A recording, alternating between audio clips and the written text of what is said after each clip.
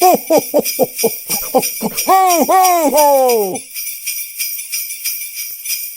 Wow. It even has a GIF. All right. Here's my presentation in 3 parts. Title screen. Christmas objectively sucks. Here's my thesis. I Oh, hope you this can read it. fucking green font on a red and green Yeah, background. it's part of Christmas. It's part of the story. Here's my thesis. Christmas is a normie comfort show dressed in unchanging, ugly dressing and used to control us and for us to manipulate others. And so we have 3 slides on why that is true. First, let's talk about Santa. Santa sucks, my dude, in a number of ways, but there's 3 core areas that really bothers me. One is essentially it's a control mechanism. This is a lie that we tell to the youngest of our world, the most, what's the word for it? They can be manipulated, like the most fragile. The very first thing that we tell them, we build this whimsy and we do this lie such that we can better control their behaviors throughout the year. So whether it's Elf on the Shelf, whether it's the naughty list, nice list, you're essentially outsourcing critical thinking of raising your child for maybe the whole year, but at the very least, kids start picking up in August. It's like, oh, Christmas is coming around. It better be good. And that's when the parents start using it too. And so it's just this ugly control mechanism when you could be a better parent. And so I think gifting, which we'll get to later, but especially for children, this is absurd. Like you can teach critical thinking. You can tell them about like the cool backgrounds of Christmas and the other cultures. You don't have to just take one aspect of it to control the monetary drip of shit that you give them. That's broken and bad. This one I probably care most about, and I want to make an argument to you. And I have in my head, I don't know, do you think Santa, the idea of Santa creates whimsy and helps create a more interesting or mystical world for us to live in? Interesting. I think as a kid, yes. And then as an adult, I think we live on the nostalgia we had if we had good holidays as kids. Here's my point. By deliberately lying and introducing this mysticism up front and then ripping it away from them, if you do that, lots of parents don't do this. Lots of parents like teach the kids at an appropriate point and like don't tell other kids, but like, yeah, it's kind of crazy. Like we don't have a criminal breaking into our house and defying physics, right? Like that's silly. But what I think this actually does is by ripping that whimsy away, you're essentially showing the child that the beliefs you have when you're young, that the possibilities, the whimsy, the mysticism, whatever you want to call it, the magic of the life that we live in, it was never real. And when you hit that line of which you are told that, or you learn that through some other point, it actually reinforces that now there's nothing left. And so when there is an amazing amount of whimsy and interesting things in the world, there's magic in the world, but to start it off in a lie, I actually think it neuters your ability to want to engage in that or to believe in it from that point on, because the rug has been ripped from you. And so it is actually, I think for a lot of kids, it's more of like a point of shame or embarrassment. And I think that probably impacts them for the rest of their lives in regards to a lot of cool stuff that they probably write off because it started with this one dumb lie that the people that we are supposed to trust the most, like, had to bald face say it over and over again for years of our lives. That is insane. Even if it's under the guise of like, oh, this is a fun thing for kids. Let's give them the experience. What do you think about that? Yeah. I mean, look, it is interesting. And if it wasn't so baked in, I wonder if I'd feel differently about it. But it does feel pretty hard coded into our society at this point, where it doesn't feel like there's an option to not participate in a way. It's hard to, especially if you And, don't like, want to make other kids feel bad. Like if you're a parent, yeah. like you're actually trying to protect the other children too because of this lie. Like even that is weird. And we should note, neither of us are parents. No, and I don't no. think either of us are planning to be parents anytime soon. No. So it is interesting because I have this thing in my life where like I do take great comfort in the holidays, but they do never live up to the expectations that they once were. And there is a level of it's the shit time of the year in like weather wise and all that kind of stuff. So it is something to look forward to during the long dark. And it does make me feel warm and fuzzy. So I appreciate it. But I hear what you're saying about like, what if you had grown up without this? It's just hard for me to picture a world where I didn't. You know what's weird? Oh, sorry. You know what's really weird is that we have what in the marketing world, if you have throughout the year, if you think about the year as a campaign, you kind of have big beats, little beats. In the real world and with religions and societal things like Christmas, you have big beats too. So it's kind of strange that we end up with this really big beat in the darkness of the world that actually changes what we eat and how we spend our money. I don't know. I just think that's kind of interesting that it just happened that way. And we might hit that later. Lastly, I don't have a third point because that is the thing that I forgot to add. I just wanted to add that the only good version of Santa Claus is Bad Santa, a tremendous movie that I think actually shows one true love between people, man and woman, or adults, as well as adults and children, that I think is genuine, and you see growth. When that poor kid pulls that wooden pickle out at the end with blood all over it, there's not a Christmas movie in the world that makes me feel more than that scene of the wooden pickle. And so, yeah, go watch Bad Santa. That's the third point. Next slide. Yeah, solid. Okay, pretty straightforward. Christmas is bad content. First, the religious aspect of it. It's a bad story. It's essentially a census story about a bunch of, I'm going to say, vagrants, vagabonds, people of that nature who can't even afford a hotel, claiming to be pregnant without having sex, which if someone came to my hotel and said that, that'd be weird. And then living in filth. And then having their baby. And I don't think that's fun. Maybe the first time it was interesting, a tiny bit. There's way more interesting stories in the Bible. This isn't one of them. I think this is a bad story, and I don't want to hear about it anymore. I don't want to be forced to see it on the side of the road, mangers, and it's awful. And so, no, it's bad content. And I would say that extends to generally the locked in time content that we are stuck with, not because it's classic, not because it was good, but it's because when media changed, so we had radio and we had TV and we had movies, the reason why we see the same shit for Christmas is just point in time. There's better things out there. And yeah, there's been a little bit, like we have Mariah Carey came out with the song, right? We all like that song now. But for the most part, we're stuck with these things, which I would say for me, and I'll use this word like very classically, this is very conservative. Like this makes certain people feel very safe. Like change is rough. For me, I'm not satiated. I'm not energized by the same thing, especially if it's the same thing over years. And so having to look at green and red, having to get that same cycle of music popping up, that same cycle of economic like advertisement and pressure to do things and gifting, it is boring.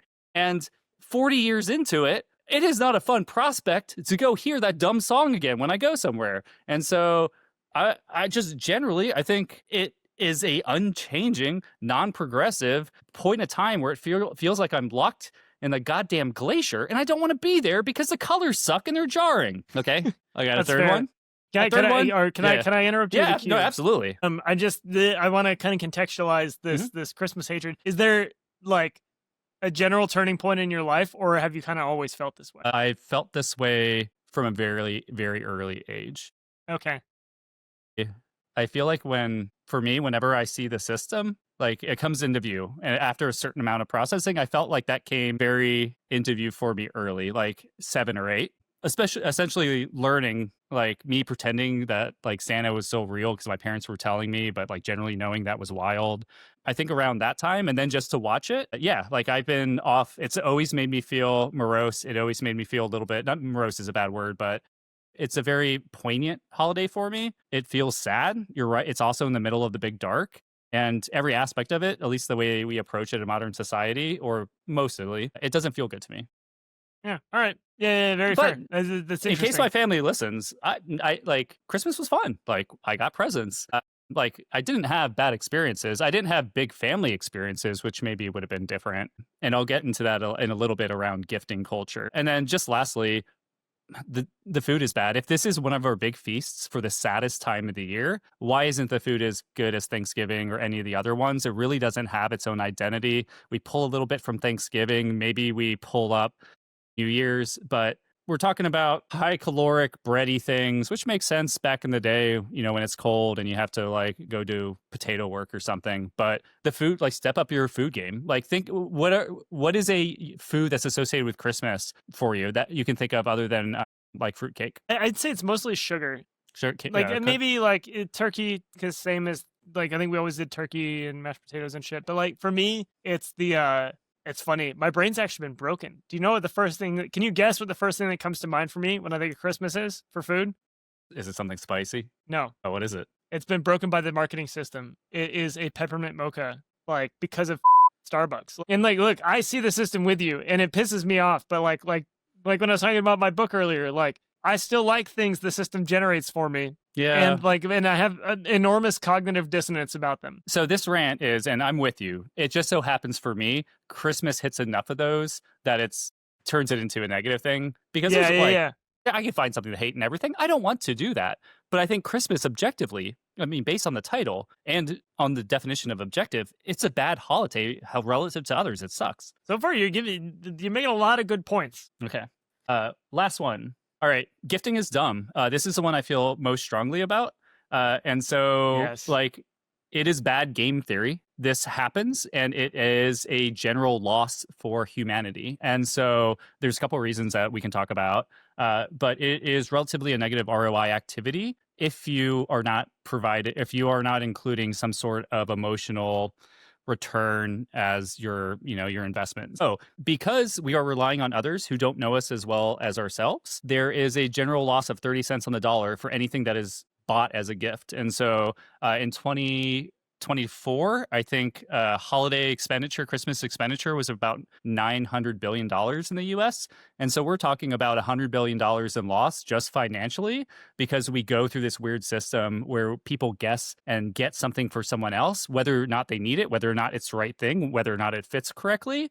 And then we have to, there's societal pressure to be okay with that, which just generally includes waste. So landfills, monetary waste, just, unnecessary consumerism too. Like, people buy things for others when they don't need it nor want it. And so it's just, yeah. Yeah, no, I'll even take it a step further. Like, depending on your family dynamics, like one of my family dynamics growing up in one of my families was basically like weaponized gifting in a way where, like, I think I lived in a house of people whose love language was gifts, right? And I'm like I've kind of like moved completely in the opposite direction. Like, I do appreciate a good, thoughtful gift, but like you're right that it's rare that you get somebody the right thing unless they tell you exactly what they want. And so for me, it creates a huge amount of nervousness. Like, I'm going to get somebody the right thing and then they are not going to love me because I have done it wrong. And like every time, because I love my wife. Like, I've said it on this podcast before. She's great. Getting her gifts stresses me out so much because I'm like, I have to somehow encompass this emotion in a single object that feels good. And every time I do it, I'm so nervous. I'm like, is this enough? Like, I do not know, because like my brain doesn't work that way. So I'm like, I don't know what that's why I also like gifting limits. Like, when you're going to buy people things, if you're like, look, we're each going to spend $100 on each other, like no more than that whatsoever. Because it just stresses me out to be like, how much is enough monies? Because like, I know something you will like, but it's not much monies. Like, I think I would much rather just like one thing. Like here's one thing that you like. And my parents refused to do that. Well, I think for me, and I'm guessing maybe in aspects of your family, where I am in my stage of life, like whether it's efficiency or whether it's, emotional, intellectual, like earnesty, I'd rather you just tell me that, like, hey, I like you. Yeah. Or like, hey, buddy, I love you. You know what? Like, you don't have to. My dad's love language, and he got better at it. He's dead, so it's fine. He's not going to listen. Maybe from heaven. But like, and he got better at it later in his life. But like, in retrospect, a lot of that, he was just like, he's like, oh, I need to show them. But he would like, his ADHD ass was going out Christmas Eve and like not spending time in the family because that was his way to show people love. When it really, if you're just hanging out with us and like talking, that's what I wanted, right? Shit, man, that hits for me so hard. Yeah, because big same. Yeah. Like I'm realizing as I age that my dad is also ADHD, much like me, and like you just forget. So you sign it like one time. Well, it's not a priority until it's a priority. He signed a birthday card in the bathroom at my house after we had already eaten dinner, and I was like, hey man, like, I would actually just rather you not, and like we just have dinner together. Like that works so much better than like. That's the other thing I want to add to this is cards. Like, let's get rid of let's wholesale get rid of the card industry unless it is something you make. There is like, I make my wife a card every year with the Universal Studios Stunt Show Spectacular Waterworld actors on it. That is very specific, and I hand make it every year, and that's special. That's cool. Expected. Yeah, but like that's fine. But like, get the out of here with Hallmark. If you're not going to make a Universal Studio Waterworld Stunt Spectacular card for your significant other, then just don't get them a card. But there is a because you're not the only one, and I'm gonna take the bold step to say I'm on the leading front of this. Cards have always made me feel uncomfortable. I've talked about it in therapy to figure out why. There's a point in time frozen nature to it. There's an expectation of sharing exactly what I should share. I agree with you. I think cards are this, and especially if you just do the shitty version of it, which is to go get a card and then to put a platitude or just to let the platitude go. To me, that everything about that feels weird and bad. Which I'll say to your last point, or to like the last thing, there's an aspect to controlling it. And it's not what we've talked about today, because what we've talked about is people who don't know how to express emotions or are afraid to using gifting. But on the flip, there's lots of people that use that as a way to set expectations or to set a level or to control an aspect of a relationship. And and that's where the one thing around the negative ROI comes from, because there are people, they've done studies on this, and in game theory, there are people who get legitimate feel goods out of it. I would wager that knowing half of people I know, there's a group of people I know, and half of them I also know. I'd say that half, gifting for them is some form of control where you're trading things to be given in the future or later, or to more importantly, to show a position of power. Even if it feels altruistic or good, people who have a lot of money who buy things for people who don't have a lot of money, unless you're doing that anonymously, like that doesn't necessarily feel good. And so I think for a lot of people, even the aspect of it that is positive, which is the feel goods, I'm guessing for a good portion of our population, it's still a negative feel good. It's it's not good for them to do it, and it's not healthy for the person to receive it because it's coming from that place and creates that same dynamic or continues it. And then, okay, so put that all together. I'll come back. I want to tell you a quick story. So my other little thing is, as far as seasonality in my childhood, there's one thing that kept popping into my head, and that was the fish a fillet sandwich. And I want you to, I know your background's different than mine. Do you have any guess as to why that was seasonal for me specifically and for a good portion of the United States, and how maybe that has changed things? Is there a pescatarian religion? There Wait, is it, does it have to do, okay, so my only context for this is the bear. Does it have anything to do with 7 fishes? It is religious. There is a period of time, at least in Catholicism, called Lent. Oh, yeah. Okay, so in Lent, and this happens in different degrees, because there's aspects of Catholicism that you don't eat meat on Fridays the entire year, which I'll come back to in a second. Okay. But in the period of Lent, for, I would say, like mainstream Catholics, you're not allowed to eat meat on Fridays. And so what happened was that there was a McDonald's in Boston who got pissed off that he was losing money on Fridays and threw a fish sandwich on there, and it sold like gangbusters. And he told McDonald's, like, don't be dumb. And it was the first item that McDonald's took from a franchisee and then put back into the entire system. So this gets me back to... So fish doesn't count as meat for Catholics. So I guess it is a pescatarian religion in a way, some of the time. What it comes down to is, this is actually, and this happens with, I'd say all major religions, off if you disagree. This is basic control of humanity, and so, or like of your population. And so a couple things is actually happening here. There is a conformity, a societal conformity aspect where you, along with everyone else that you know, are not doing this one thing, and it makes you feel connected. It also differentiates you from people who don't do this one thing, which helps you identify the outsiders and to make you feel better, I would say, as a tribe.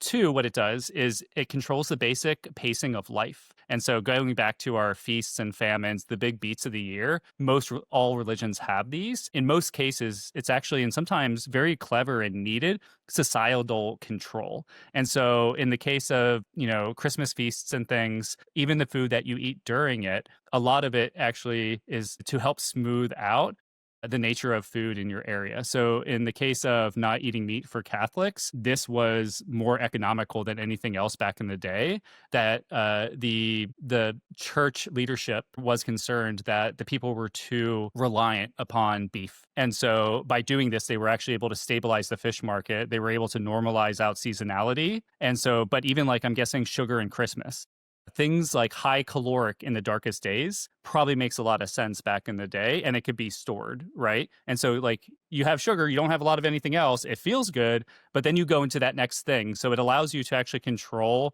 the demand for certain goods. And so it's more economic control. And then, going back to the other one, it's societal.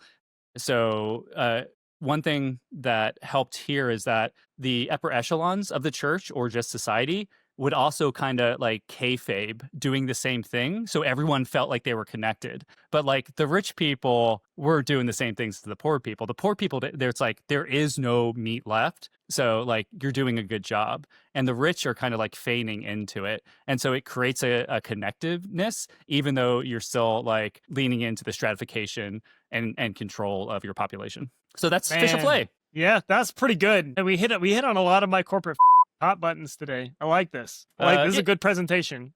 Yeah, so Christmas sucks. Questions, concerns?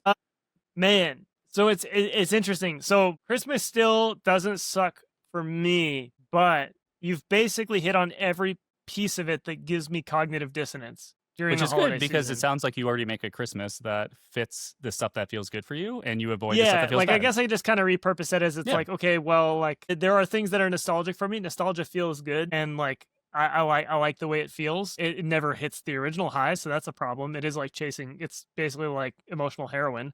But that's, I guess, like that's a Christmas is like my 1 month a year where I do emotional heroin the whole time and just try and hit that high again. That's very different for me. So nostalgia for me is a reminder of my own demise. It's a feeling that physically helps me understand how disconnected I am from a period in life of which like that inherently means I'm closer to one stage or the other, and that stage is death.